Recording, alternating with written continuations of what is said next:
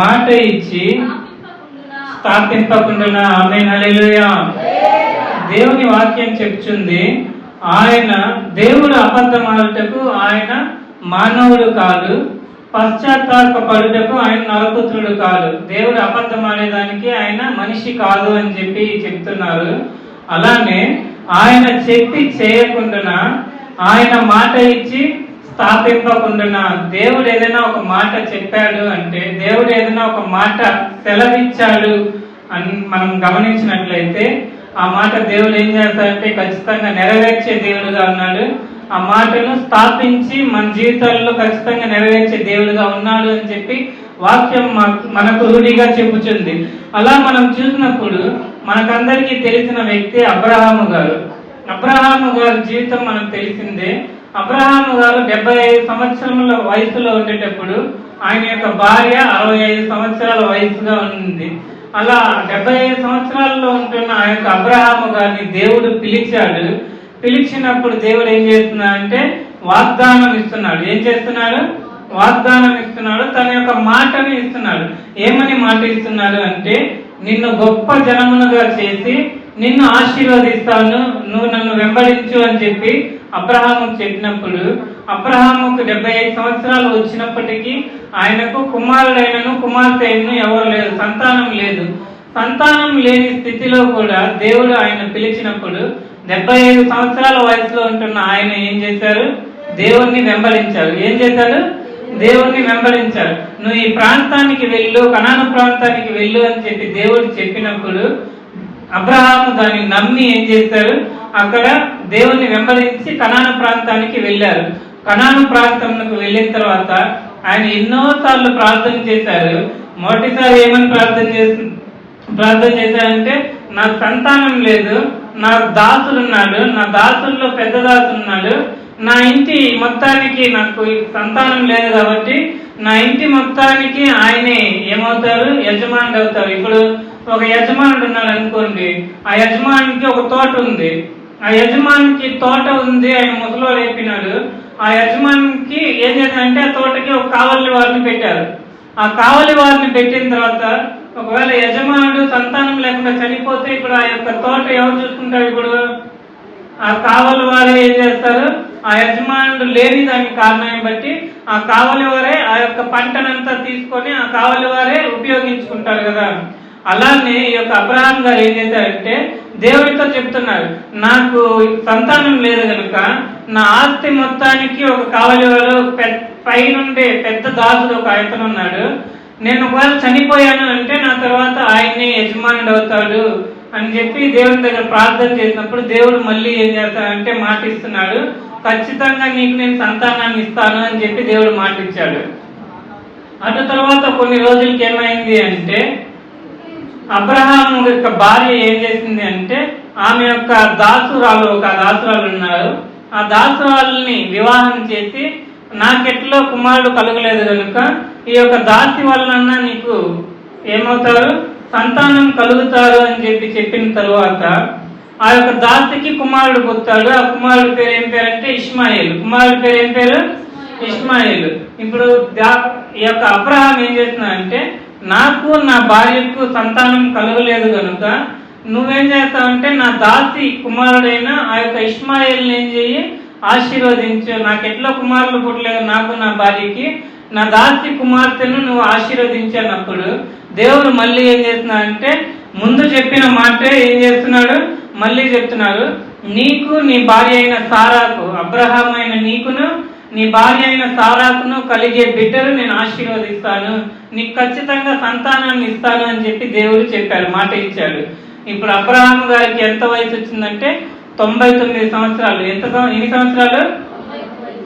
75 సంవత్సరాల్లో ఉండేటప్పుడు ఆయన ఇచ్చిన మాట ఏం చేశారంటే 99 సంవత్సరాలు అయింది. ఆ 99 సంవత్సరాలైనా ఇంకా మాట ఏమవ్వలేదు, ఇంకా నెరవేర్చబడలేదు. అలా నెరవేర్చబడలేదు అని చెప్పి వారు ఊరుకనే ఉండలేదు కానీ దేవుని విడిచిపెట్టలేదు కానీ దేవుణ్ణి వెంబడించే వారిగా ఉన్నారు. దేవుడు చెప్పిన ప్రాంతంలోకి వెళ్ళి అక్కడ నివసించే వారిగా ఉన్నారని చెప్పి మనం చూస్తున్నాం.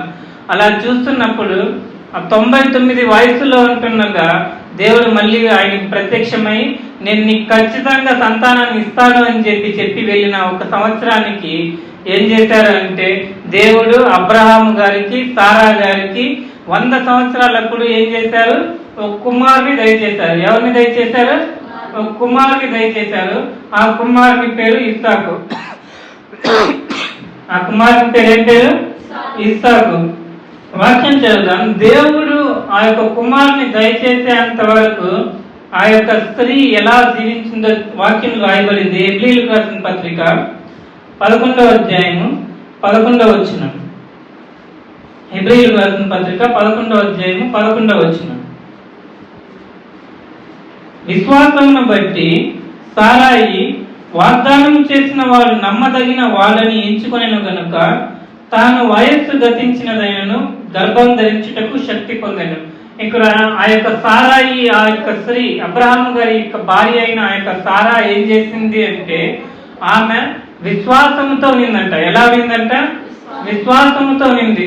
దేవుడు మాట ఇచ్చాడు, ఆ మాటను నెరవేరుస్తాడు అని చెప్పి ఏం చేసిందంట? ఆమె విశ్వాసమును కలిగి ఉన్నింది.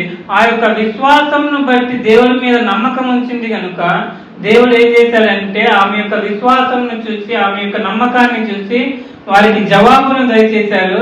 వయస్సు నిండిపోయిన ఆ యొక్క 90 సంవత్సరాల్లో ఆ యొక్క స్త్రీ ఏం చేసింది అంటే మనం చూసినప్పుడు ఇస్సాకునకు గర్భఫలము, ఆ యొక్క ఇస్సాకునకు జన్మనిచ్చినట్లు మనం చూస్తున్నాం. మాట ఇచ్చిన దేవుడు మాట తప్పని దేవుడు. ఆదికాండం 21వ అధ్యాయంలో 12వ వచనంలో చూసినప్పుడు యెహోవా తాను చెప్పిన ప్రకారము సారాను దర్శించాను. దేవుడు ఏ రీతిలో అయితే చెప్పాడో ఆ చెప్పిన మాటను బట్టి దేవుడు ఏం చేశాడంటే ఆ యొక్క స్త్రీని దర్శించాడు. యెహోవా తాను ఇచ్చిన మాట చొప్పున సారా గురించి చేశాను. ఆమేన్, హల్లెలూయా. దేవుడు చెప్పిన మాటను గూర్చి ఆమె ఎప్పుడైతే విశ్వాసం ఉంచిందో, ఆలస్యమైనా కానీ ఆమె ఏం చేసిందంటే దేవుని మీద నమ్మకం ఉంచింది, విశ్వాసం ఉంచింది. ఆలస్యమైనా కానీ దేవుడు అద్భుత కార్యాలు చేసే దేవుడుగా ఉన్నాడు. ఆమేన్, హల్లెలూయా. ఆలస్యమైనా కానీ ఆ యొక్క స్త్రీ ఏ రీతిలో అయితే విశ్వాసం ఉంచుకుని దేవుని నమ్మిందో, మనం కూడా మన జీవితాల్లో ఆ రీతిలో నమ్మిన ఎడల దేవుడు మన జీవితాల్లో కూడా ఏం చేసే దేవుడుగా ఉన్నాడంటే మాట ఇచ్చిన దేవుడు మాట తప్పడు కనుక దేవుడు ఏం చేస్తాడంటే మన జీవితాల్లో ఆ మాటను నెరవేర్చే దేవుడుగా ఉన్నాడు. ఆ యొక్క 90 సంవత్సరాల్లో కూడా ఏ రీతిలో అయితే ఆ యొక్క సారా గర్భమును దేవుడు తెరిచిన దేవుడు మన జీవితాల్లో కూడా మాట ఇచ్చిన దేవుడు ఖచ్చితంగా ఏం చేసేవాడంట? మాట నెరవేర్చే దేవుడుగా ఉన్నాడు. మనకు కూడా దేవుడు అనేకమైన వాగ్దానాలు ఈ యొక్క బైబిల్ గ్రంథాన్ని నుంచి ఇచ్చాడు. అలా బైబిల్ గ్రంథంలో ఇచ్చిన మన యొక్క వాగ్దానాలన్నింటినీ దేవుడు నెరవేర్చే దేవుడుగా ఉన్నాడు. ఆ యొక్క మాటను నెరవేర్చే దేవుడుగా ఉన్నాడు. మనం చూసినట్లయితే ఈ సంవత్సరంలో దేవుడు మనకి ఇచ్చిన వాగ్దానము, మన కుటుంబాలన్నింటినీ దేవుడు ఆశీర్వదిస్తాను అని చెప్పి, నీ ముందు చోటికి వచ్చి దేవుడు మమ్మల్ని ఆశీర్వదిస్తాడు అని చెప్పిన దేవుడు మనల్ని కూడా ఖచ్చితంగా ఆశీర్వదిస్తారని చెప్పి మనం నమ్మాలి. మనము ఒక వాక్యం చదువుకున్నాం. కీర్తనల గ్రంథము 146వ కీర్తనలో నేను అలానే చదువుతాను, అందరూ వినండి.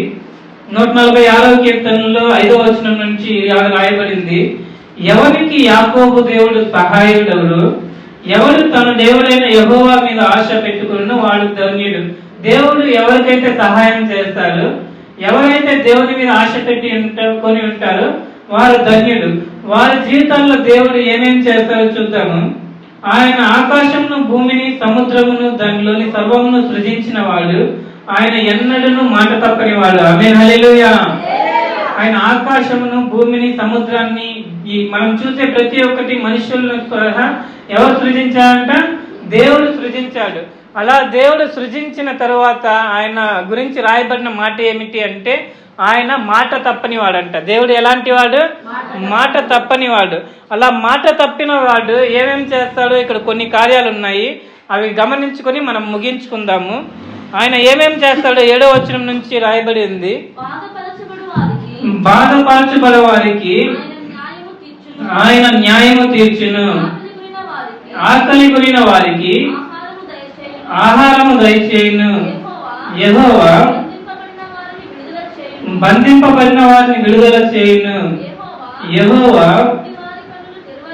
గుడ్డి వారి కన్నులు తెరవజేయువాడు. యెహోవా కృంగిన వారిని లేవనెత్తువాడు. యెహోవా నీతిమంతులను ప్రేమించువాడు. యెహోవా పరదేశులను కాపాడువాడు. ఆయన తండ్రి లేని వారిని విధవరాండ్లను ఆదరించువాడు. భక్తిహీనుల మార్గమును ఆయన వంకర మార్గముగా చేయును. ఆమేన్, హల్లెలూయా. దేవుడు చెప్తున్నాడు, ఆయన మాట ఇచ్చి మాట నెరవేర్చే దేవుడు. ఆయన మాట ఇచ్చిన తర్వాత మాట తప్పని దేవుడు. అలా మాట తప్పని దేవుడు మనకు అనేకమైన వాగ్దానములు చేసి ఉన్నాడు. ఆ వాగ్దానములు మన జీవితంలో ఖచ్చితంగా నెరవేర్చే దేవుడుగా ఉన్నాడు. ఇక్కడ కొన్ని విషయాలు రాయబడింది. ఆయన ఏమేమి కార్యాలు చేశారు, ఏమేమని మాట ఇస్తున్నాడు అని మనం చూసినప్పుడు, బాధపరచు వారికి ఆయన ఏం చేస్తారంట, న్యాయం తీస్తారు. ఎవరైతే బాధపరుచున్నారో వారికి దేవుడు ఖచ్చితంగా న్యాయము తీర్చే దేవుడుగా ఉన్నాడు. ఆకలి గురిన వారికి దేవుడు ఏం చేస్తాడంట, ఆహారంను దయచేసే దేవుడిగా ఉన్నాడు. యెహోవా బంధింపబడిన వారిని విడుదల చేసే దేవుడిగా ఉన్నాడు.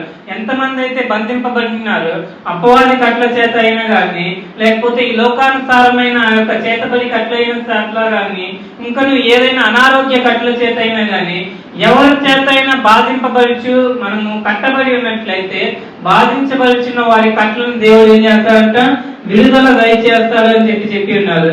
యెహోవా గుడ్డి వారి యొక్క కన్నులను తెలియజేస్తే, ఎందరైతే ఈ లోకానుసారంగా గుడ్డితనంలో ఉంటున్నారో, లేకపోతే ఆత్మీయ నేత్రాలు మూయబడి ఉన్నాయో, వారందరి గుడ్డితనమును దేవుడు వారి కళ్ళు తెలియజేసే దేవుడుగా ఉన్నాడు.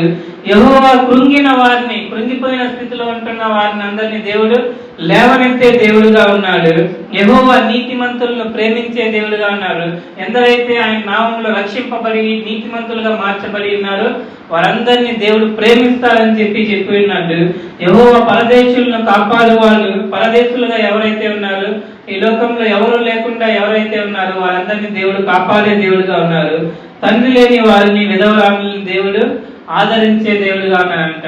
ఎందరైతే నాకు ఈ లోకంలో ఎవరు లేదు, తల్లిదండ్రులు లేదు, బంధువులు లేదు అని చెప్పి ఉంటున్నారు, విధవరాలుగా అంటున్నారు, వారందరినీ దేవుడు ఏం చేస్తున్నారంట, ఆదరిస్తానని చెప్పి ఉన్నారు.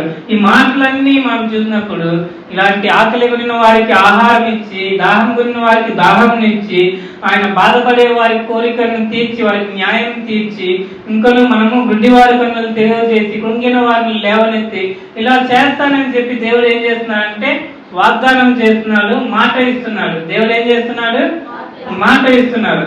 ఆ మాట ఇచ్చిన దేవుడు మనము ఆయన మీద విశ్వాసం ఉంచి, నమ్మకం ఉంచి ఆయనను వెంబడించినప్పుడు దేవుడు ఏం చేస్తాడంటే, మాట ఇచ్చిన దేవుడు మాట తప్పని వాడు. ఆమేన్, హల్లెలూయా. మనమందరం కృంగిన స్థితిలో ఉండొచ్చు, అనారోగ్యంతో ఉండొచ్చు, బాధలతో వచ్చి ఉండొచ్చు. దేవుడు వాటన్నిటిని తీసివేస్తానని చెప్పి మాట ఇస్తున్నాడు. అలా మాట ఇచ్చిన దేవుడు ఖచ్చితంగా మాట నెరవేర్చే దేవుడు.